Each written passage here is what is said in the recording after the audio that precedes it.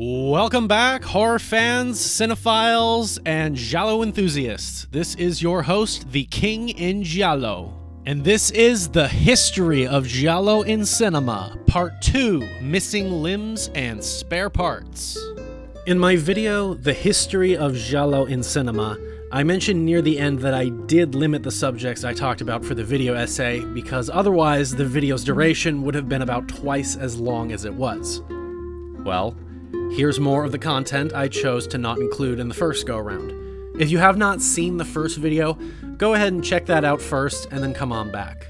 This is your warning now that this video will contain graphic clips as well as spoilers, so spoiler alert, you've been warned. The roots of Italian crime literature, in particular the detective and mysteries, can be found in the feuilleton of European newspapers.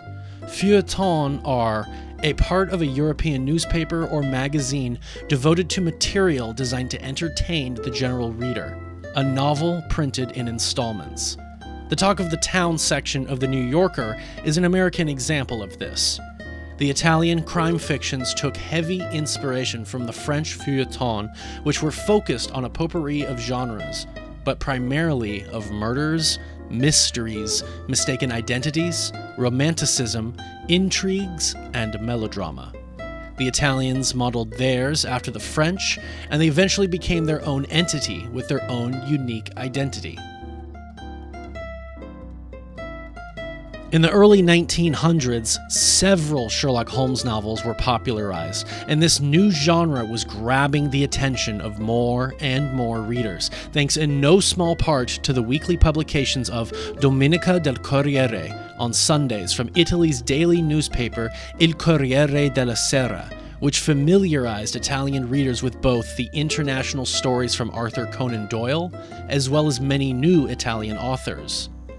The first decade of the century saw the publishing houses across Italy releasing a slew of new detective novels dazzling readers every week, mostly fictional detective characters, but also one very real detective, Joe Petrosino, dubbed the Italian Sherlock Holmes.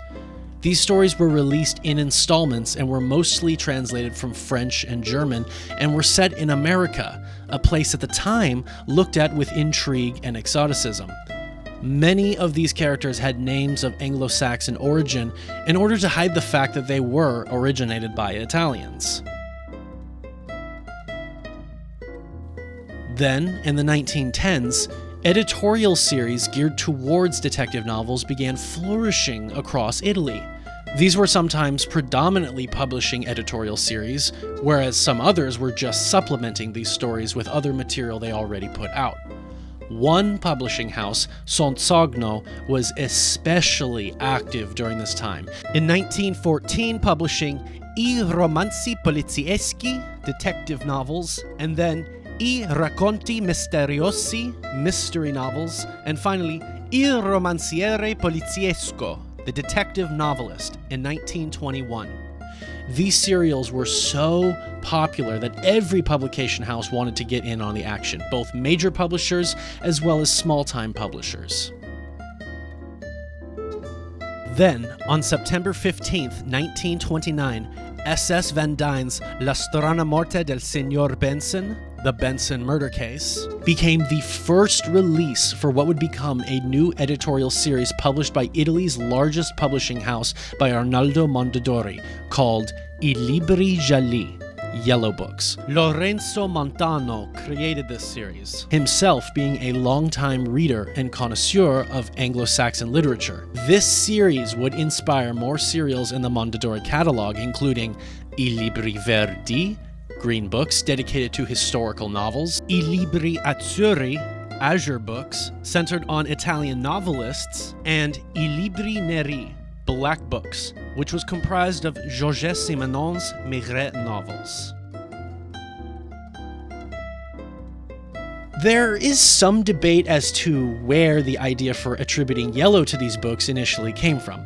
It is very likely that Mondadori did in fact take this idea from either a collection of German crime novels or even an English series aptly named Yellow Jackets, with their adventure novels, war and spy stories, and crime fiction. Or even Le Masque from the 1927 French novels, which featured green-tinted covers. However, Alberto Tedeschi, a detective fiction historian, says the choice of yellow and the name Gialli was purely coincidental and casual. But Alberto Del Monte says this choice was the fault of Enrico Piccini, who was Mondadori's press office head, who was himself an expert on the literature from Britain and France, and had translated numerous of Van Dyne and Agatha Christie's novels into Italian. These Gialli novels originally featured a red hexagon in the center with a yellow background, a graphic design choice which would make them very popular by grabbing the attention of the readers. The first 4 issues contained hexagons, but starting with the 5th issue, the hexagon would become a red circle, which was itself a reference to the crimson circle behind the logo used by Edgar Wallace. Within a fortnight, 40,000 copies were sold. The cover art would evolve as well. Beautifully vibrant and lush colors with wonderfully striking images which promised danger, mystery, and beautiful women.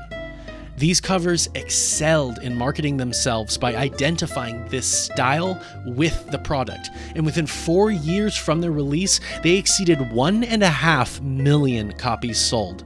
These serials became synonymous with the name Giallo, and henceforth that name was used to identify the narrative genre.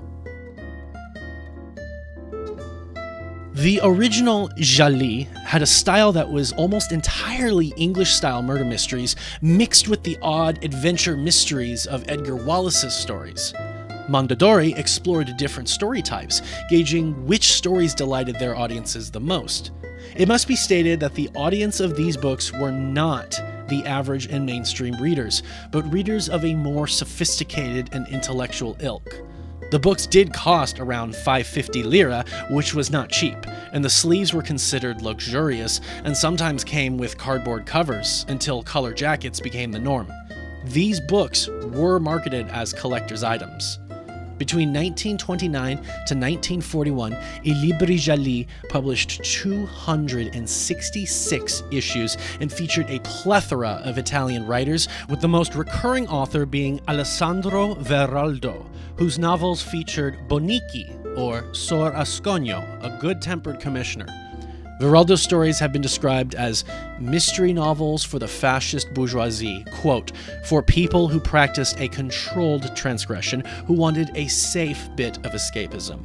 Interestingly, the fascist government decreed starting in 1931 that every year the publishing houses must include at least 1 book by an Italian author for every 4 foreign books. And whereas Veraldo's books were set in a very positive Italy full of nice people, wonderful dialogue, a bit of dialect, and delightfully surprising solutions, the Italy in the stories by Augusto De Angelis was much more corrupt and ambiguous. De Angelis was unpopular with the fascists, and his anti-fascist lean led directly to his arrest in 1943, where he later died in prison during the brief Republic of Salo period in Italy in 1944. Italian mystery novelists had to undergo strict guidelines during the fascist regime put in place by the Ministry of Popular Culture, or Minkolpop. In 1937, they decreed, quote, the murderer must absolutely not be Italian and cannot escape in any way from justice. During this time, writers were forced to set their stories in more unlikely locations, such as the United States or even Japan, and oftentimes writers were compelled to write heavy nods to fascism, which would be nothing short of propaganda. Inspector characters were now cops of the regime, and in one case, a Nazi inspector. When the war started, the book stopped. A decree was issued stating that for moral reasons, prior to any publication, the story was to be subject to authorization from Minkolpop. Then, the Gialli books were pulled from circulation altogether because they were deemed to be harmful to the youth, as they were said to be a literary fashion imported from Anglo-Saxon countries, which resulted in a negative influence on the youth and encouraged delinquency. The order to remove Libri Gialli came from none other than Mussolini. In October of 1941, I Libri Gialli had its final issue released, number 266, and then ceased publication. But it was not the end. During the war, small publishing houses kept circulating Gialli. After the war, Mondadori returned and continued its most popular series where it had left off, but from this point on, the issues would be released every fortnight, and issues would be aimed at a more general and popular audience. The first issue in this post-war era came out in April 1946, and it brought with it a return of American literature as well as just a taste of what these new Giallo stories would be like, and that is a more open concept of what a Giallo is and can be. It embraced the full spectrum of crime fiction, everything from police procedural to hard-boiled. This move would remain even to this day. The first issues were called I Libri Gialli, as an homage to the original days, but then I Gialli Mondadori, and then by issue 434, they became officially known as Il Giallo Mondadori, with the change from the adjective to the noun. The 1950s became the era of the Gialloists and saw the genesis of numerous new Italian Giallo writers. In 1959, director Pietro Germi made The Facts of Murder, based on a novel by Carlo Emilio Gadda. And while this is not quite a Giallo, the film was absolutely Italian and represented something fresh in the national cinema. The film was a commercial success, but did not generate enough money to behave as a sort of prototype for new films. The 1960s then were the era inundated with cheap pulp novels, photo novels, and fumetti neri. Popular literature of this time was spurred by the Gothic, thanks to Dracula in 1958. Cheap stories flooded newsstands, selling cheap hybrid novels at a low price, stories that mixed blood, mystery, crime, and finally, eroticism, the missing ingredient in what would become Giallo cinema. These stories were, by and large, low quality, and were pumped out by Italian writers tasked with tossing these novels off as if on an assembly line. Most of these writers also worked for the movie industry, and this age of genre cinema demanded quantity of ideas, plots, and scripts over quality. The movie producers needed material to adapt, and these writers were all too eager to churn out as much as they could in the hopes of achieving a hit. The cinematic era of the Giallo was ripe now, and it would only be a matter of time before a Giallo film appeared. The common Italian Giallo film was a child of this atmosphere, and the first incarnation was inevitable. Amusingly, the literary form had now been considered an inferior means of entertainment and was viewed with somewhat ambivalence. The Giallo film that would follow had way more potential, and possible influences now included horror, the German Krimi films inspired by Edgar Wallace, and the scandalously erotic and morbid fumetti neri. This mixture culminated with what some may call SNV, sex and violence. It is important to understand that the Italian Giallo film actually has little to no similarity to the Gialli novels that are said to inspire them. Giallo films that are closely based upon Giallo novels are oftentimes very fringe in terms of the film genre, or filone. These films were the result of a gradual evolution of the arts stemming from detective novels, but would in time become their antithesis. To explain this detail better, the novels were typically very rooted in rationality, whereas the films oftentimes may throw rationality out the window in favor of a more far-fetched and surprising twist or reveal. In Dario Argento's Gialli films, very often the protagonist is forgetting or misremembering a crucial detail of the mystery investigation, something which would not bode very well for the intellectual readers of the original Gialli novels. Argento's characters rely on intuition or the esprit de finesse of the missing detail which is locked away in their memory or subconscious. Most of the Giallo films that are in some way based on a literary source material can be described as creative reworkings, rather than plagiarisms, nods, or rip-offs. A few can properly be called adaptations even, such as The Fifth Chord. Unfortunately, studios would often falsely credit non-existent novels as source material in the credits to fool audiences and critics into believing the film was actually based on a literary piece of work in order to garner a sort of aura of respectability. By the time the Giallo genre of film had its slow death in the late 1970s and the 1980s, the new generation of Gialloists began a renaissance to uplift the Italian literary thriller genre. It did not, however, spawn any new films.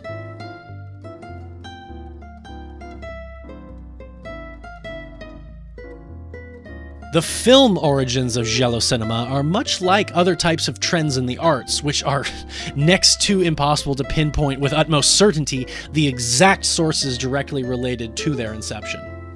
A series of silent-era melodramas called Sulla Morte, beginning in 1915, may have helped pave the way for Italian thrillers. These films are lost now, but are described as being very similar to cliffhanger melodramas, filled with supervillains hell-bent on world domination being thwarted by the morally ambiguous anti-hero character Sulla Morte. In the 1930s, there too were a flurry of films, many lost or at least very difficult to locate, which would be viewed as early thriller films. The Man with the Claw, 1931. The Holler Affair, 1933. The 9:15 Train, 1933. And Giallo, 1934. Giallo was based on a play by Edgar Wallace and told the tale of a woman who finds evidence that her husband may have murdered his previous wife. There were many more thrillers in the decades spanning from the 1930s across to the 1950s, but these would be less steeped in the themes of Giallo and would resemble more typical murder mysteries. One Italian film which was a major step in the right direction was a film based on James M. Cain's The Postman Always Rings Twice, but set in Italy with working-class characters, called Ossessione in 1943. This neo-realist film had major trouble with the censors and the fascist regime because it told the story of a man, Gino, who stays in a roadside inn where he meets the owner and his young wife, Giovanna, whom, after sparks fly between the two of them, convinces Gino to murder her husband for her. Such an unglamorous portrayal of the Italian working class. The film was nearly confiscated and lost forever, but managed to survive because director Luchino Visconti salvaged a print of the film. Two of the actors from this film would appear in Giallo films in the future. Massimo Girotti, who played Gino, would appear in The Suspicious Death of a Minor, directed by Sergio Martino in 1975, and Clara Calamai, who played Giovanna, would play the horribly demented mother in Dario Argento's 1975 Giallo staple, Deep Red. This film was not definitively an inspiration for Giallo films, but its inception paved the way for Italian cinema to portray more lurid and unseemly subject matter. How about this one? A mystery novelist becomes the prime suspect in a series of murders based around the killings in the author's latest book. Sounds like Dario Argento's Tenebrae? Yes, but also 1943's Cortocircuito, directed by Giacomo Gentilomo. The main difference is that Gentilomo's film is less macabre and sinister, and way more humorous and lighthearted. The seeds of Giallo exist without a doubt in Germany. Decades before the Krimi films of the 1950s, actually. Silent-era Germany. Fritz Lang, Germany's auteur director, would go on to inspire the James Bond series with his films The Spiders, 1919, and Dr. Mabuse the Gambler, 1922, as well as his elaborate sequences of suspense would go on to inspire Britain's Alfred Hitchcock. Lang's 1931 film, M, would be the first serial killer film, and the movie is macabre and darkly psychosexual in its subject matter and presentation. Believe it or not, The whistling child murderer motif used in M would go on to inspire Lucio Fulci's quacking sex maniac in his 1982 film, The New York Ripper. Dario Argento even has cited Fritz Lang as one of his major influences in cinema. Lang would be forced to flee Germany with the rise of Nazism, where he would go on to direct films in America, but he had less reign as before and would be working under the eye of studios who did not always allow him to make the films to the degree that he was used to in Germany. Regardless, the films he did make were the types of films you might find being produced in Italy in the 1960s or early 1970s. Lang would ultimately be out-popularized by Alfred Hitchcock. I delve more into Hitchcock in the previous video, but I'll say here that his illustrious and successful career in the late 1920s to 1960s, both in Britain and America, paved the way for Giallo films. Mario Bava cited Hitchcock and his film Psycho, 1960, as his #1 inspiration for The Girl Who Knew Too Much, 1963. The themes in Psycho are abundant in Giallo films of the next decade, particularly cross-dressing psychopaths and elaborate bathroom murder set pieces. By the time Hitchcock made his 1972 film Frenzy, the aging director was trying to keep up with the younger generation of filmmakers who were making Giallo films in Italy. Both Lang and Hitchcock can be crowned the top individual inspirations to the Giallo genre. Another piece of evidence for this is Lang's 1948 film Secret Beyond the Door, being his attempt to keep up with Hitchcock in his 1945 film Spellbound, which both films contain a few more tropes found commonly in later Gialli films. The armchair psychiatrists with their cheap theories, and the dream sequences, which would be a tad overwrought. Both Lang and Hitchcock were also huge inspirations for the noir genre, which I also cover in the previous video. Morally ambiguous heroes trying to establish justice in seedy urban locales. Many of Lang's early films are, in fact, noirs, predating the 1940s boom that most people associate with the genre. And while noir would be a more hard-boiled approach to crime than Giallo would, the genre carried an atmosphere of utter despair, with the possibility of violence erupting around every corner, which did find its way into the later Giallo flicks. Robert Siodmak's 1945 The Spiral Staircase was a huge influence on Giallo, with its stylistic imagery of close-ups on eyes and shadows. The killer's sexual hang-ups would also be a very common trope for the killer in Giallo films. Besides Psycho, one other film which would prove to be a major inspiration to the Giallo genre came from France. Henri-Georges Clouzot's 1955 film Le Diabolique, based on the novel Celle qui n'était plus by Thomas Narceja and Pierre Boulud. The story is that of a frail schoolteacher married to an overbearing, abusive bully of a husband and his other mistress, who comes up with a plot for the two women to murder him. The film is filled with plot twists, as well as a bathroom set piece which would likely go on to inspire the one found in Psycho. The authors behind the story of Les Diaboliques would be hired later by Hitchcock to pen the story that became his 1958 film Vertigo. The 1950s saw Hammer Film doing a series of films which were nothing short of lazy rip-offs of Les Diaboliques. The notion of a main character of weak will spiraling down into madness or death at the hands of a loved one would typify the first Giallo films in the late 1960s by Umberto Lenzi, Orgasmo, 1968, So Sweet, So Perverse, 1969, and A Quiet Place to Kill, 1970. Finally now, I will retread the subject of German Krimi films of the 1950s, which were, without a doubt, the largest inspiration of a genre of cinema for the Italian Giallo films. These crime thrillers, mostly written by Edgar Wallace, were very dark and would become even more horrific over time. Most of these were directed by Harold Reinl. Many early Italian Giallo films were co-financed in part or entirely by German financiers. Krimi actor Klaus Kinski starred in a handful of Giallo films himself. And Blood and Blacklace, 1964, was a German co-production which could have been marketed as a Krimi film, quite honestly. Producers would try to pretend early Giallo flicks were based on Edgar Wallace novels, which none of the ones advertised as such were.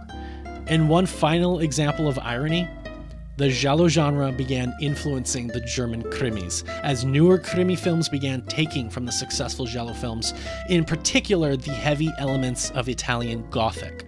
The influencer had become the influenced, and the snake had eaten its own tail. In the 1960s, the Giallo had essentially been forged, and all the aforementioned elements and ingredients began to coalesce into a brimming stew, as the censors also began to relax, granting these Giallo films freedom to morph and to evolve and to test different permutations and recipes for new dishes of thriller cinema to come to fruition in Italy and across the world.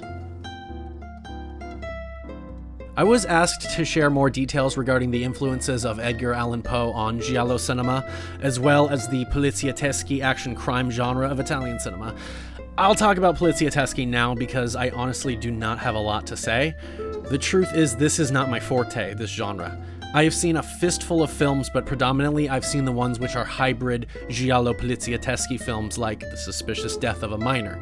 I did some research and frankly could not find any evidence to show that these two genres had anything to do with influencing each other one way or the other. They both existed at the same time and came up within years of each other, but poliziotteschi films are inspired by American crime and vigilante films, as well as the tumultuous two-decade era in Italy known as the Years of Lead. I will do a video on the poliziotteschi genre in the far future, but I owe it to you all to watch a bunch of the films from this genre before I do so. I will say that, similar to the spaghetti western genre of Italy, poliziotteschi borrowed a lot of directors and actors who appeared in numerous Giallo films. In terms of Poe's influence on the genre, the Giallo films that are less about crime and more about the psychology of the character are inspired by the themes of Poe as well as Clouseau. I will be quick regarding the Poe stories I had mentioned in the previous video and the Giallo stories which bear strong ties to them, but honestly, it is my opinion that if you have read Poe, it should be obvious.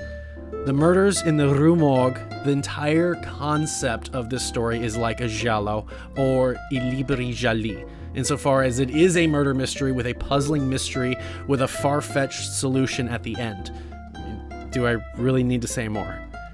The Telltale Heart and The Black Cat both are about guilt, and some of the psychological Gialli films deal with this and whether the protagonist will get away with the murder, particularly Your Vice is a Locked Room and Only I Have the Key, which is literally a retelling or reworking of The Black Cat. Thank you for watching. If you like my content, give me a like and subscribe, and feel free to leave your thoughts in the comments below. I'm active on Instagram and would love a follow there if you use that platform. I also have the King in Giallo page on Facebook. If you'd like to follow me there, you may as well. Lastly, I am putting the Patreon for the King in Giallo together, but I'm still working on content to fill it with. Keep that on your radar if you're interested. If you do check out my Patreon page, you can see what exclusive content I will be posting there. I want to say thank you to you who have given me support and great feedback so far. I really hope you enjoy the content I put out once I begin the film overviews, reviews, and gialli tallies. I want to give a shout out to Troy Howarth, author of So Deadly, So Perverse, as a lot of the content I covered in this video I curated after reading the first few chapters of his book covering Giallo cinema. Oh my gosh, I almost forgot. I received a lot of comments in the comment section down below from y'all regarding American films that are also Giallo films besides Dress to Kill. And I made the list. I ordered a few of those movies. I now own them, and I haven't watched them yet. So, I mean, I'm sitting on about 25, maybe, Giallo movies that I have actually not watched yet, but I bought this year. And my whole plan was I did not want to watch them until I could actually put it up on the channel as part of a viewing. So that's that's on your radar, just so you know. I have another channel on YouTube that I co-created with my friend, the Hot Dog Prophet, called Radio Cthulhu, where we and our friends play Call of Cthulhu, the RPG game. Check that out if you're interested. We did a recent game that was Giallo themed, in which I played the protagonist. Give that a view. That is an Argento-inspired game. Keep Radio Cthulhu on your radar because I will be spotlighting all the solo games we play that are Giallos, that are Gialli. It's a lot of fun. And one more time, that is Radio Cthulhu. Upcoming content from The King in Giallo, The Girl Who Knew Too Much by Mario Bava, Overview, Review, and Gialli Tally. On Patreon only, you will be able to find the viewings of these movies, as well as commentary and riff tracks, and more. Once again, thank you for watching. This is The King in Giallo.